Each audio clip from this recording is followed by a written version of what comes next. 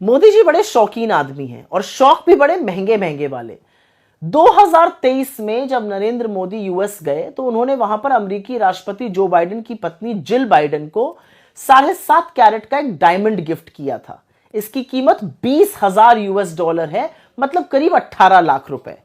और 2023 में Jill Biden को मिलने वाले सारे तोहफों में सबसे महंगा तोहफा यही था। सोचिए, मोदी जी ने ब्रुनेई के सुल्तान से ज्यादा महंगा तोहफा दिया था जिल बाइडेन को। यही नहीं, आपको पता ही होगा कि ट्रंप परिवार को मोदी जी ने करीब $50,000 मतलब करीब 43-44 लाख के तोहफे दिए, 17 तोहफे दिए।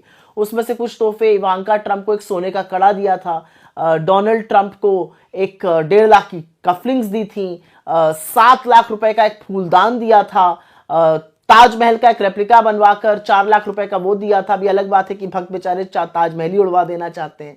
और इन सारी चीजों का जो पैसा है, जो महंगे शौक और इनका पैसा है, ये कोई बीजेपी या आरएसएस के दफ्तर से नहीं आ रहा है। ये पैसा हिंदुस्तान के टैक्स पेइंग जनता से वसूला जा रहा है। और वहीं इसके विपरीत डॉक्टर मनमोहन सिंह जी जब 2009 में अपनी पहली स्टेट विजिट यूएस गए, उन्होंने ओबामा दंपति को एक हिंदुस्तान में बना हुआ कालीन, पश्मीना का एक शॉल और तमाम किताबें, जिनके कुछ नाम मैं आपको बता देती हूँ, stories from the Panchatantra, Ancient Tales of Wit and Wisdom, The Puffin Treasury of Modern Indian Stories, The Gandhi Stories, History in the Making, और इसके अलावा History of Ancient and Early Medieval India, ऐसी किताबें गिफ्ट करनी थी। तो खैर, शौक अपना अपना और प्राथमिकताएं भी अपनी अपनी।